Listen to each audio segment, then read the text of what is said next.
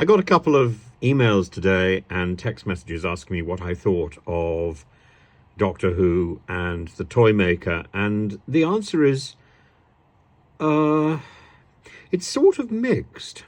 I enjoyed it.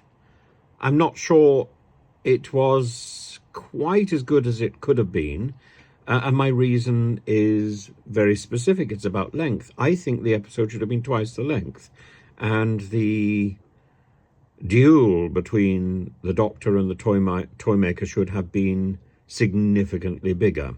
There didn't seem to me to be enough threat in the toy maker to justify the alarm and to confirm the brilliance of Neil Patrick Harris's character, because Neil Patrick Harris is utterly bewitching. He's camp, he's fun, he's menacing. He of course knew Russell T Davies from It's a Sin, and his costumes were sensational. He's introduced right at the beginning of the show, before the credits, where he's selling a doll to a fellow called Charlie, and this leads to Logie Bear and the invention of TV and the sinister misuse of television. And then we go on to discover the toy maker's den, which is great and enormous, or at least it's implied that it's enormous. The revelation of Unit is gorgeous. It's like Men in Black, but slightly better, I think. Bonnie Langford, who played Mel back in the day, lovely to see her again. And in fact, I think the reunion with Bonnie Langford was better than the reunion of Tegan and Ace in The Power of the Doctor, and better than the reunion with Sarah Jane Smith. It was beautifully handled. As for the giggle itself and the V-decks, these little arm bracelets which prevent the giggle, this is all about the pandemic, I think, and it's about the irrational sloganizing of the anti-vaxxers versus the rational thought, emotion versus decision. As for the outburst against Shirley Ann's wheelchair use, I thought again that was very delicately and rather cleverly done, because disability doesn't confine somebody to a wheelchair, doesn't confine somebody to expectations. Our expectations really have no part in somebody else's experience, and we shouldn't be imposing our expectations on other people. That's not how, and people are not defined by their disability, and so on. But there was a line in the programme that I found disturbing, and that was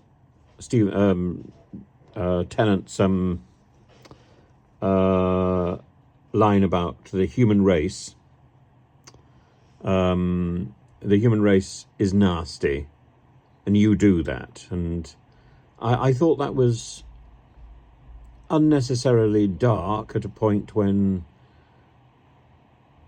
the show was already lifting us, and I think the darkness should have been from Neil Patrick Harris, but other than those little gripes, I couldn't fault it, and I think it makes very, very good viewing and very intelligent viewing, and it raises so many issues in the writing and the beautiful balance of the piece, that I think they outweigh any concerns that I might otherwise have. I think it's I think it's one of the one of the great pieces of television writing. And Russell is to be hugely congratulated. But, as I say, I would like it to have been a little longer. And I miss the old format where there were sort of 4 episodes and 3 major cliffhangers, and I miss that cliffhanging experience, and I think there's something about the cliffhanger. I enjoy a good cliffhanger, and cliffhanging, it goes all the way back to Dickens. I think it was Dickens who, when he was talking about publishing his books in magazine form, week by week, month by month, and why would people go back to the next to buy the next installment? Well, imagine a person hanging on a cliff, and you want to find out how he survives, and that's where the idea of the cliffhanger comes from. And I was teaching Christmas Carol a couple of years ago, and I've gone back to doing it for GCSE now, and I must say I'm always greatly amused by the fact that students often don't realise that Christmas Carol was the only book Dickens published in his lifetime as a book. All the other books were published as magazine articles, magazine instalments, all with cliffhangers, and I love the fact that Doctor Who picked that up, and I'm sorry that it's no longer part of the fun of Doctor Who. I miss that anxious moment where somebody falls off a ladder, and the following week you find that the angle of the camera was slightly different.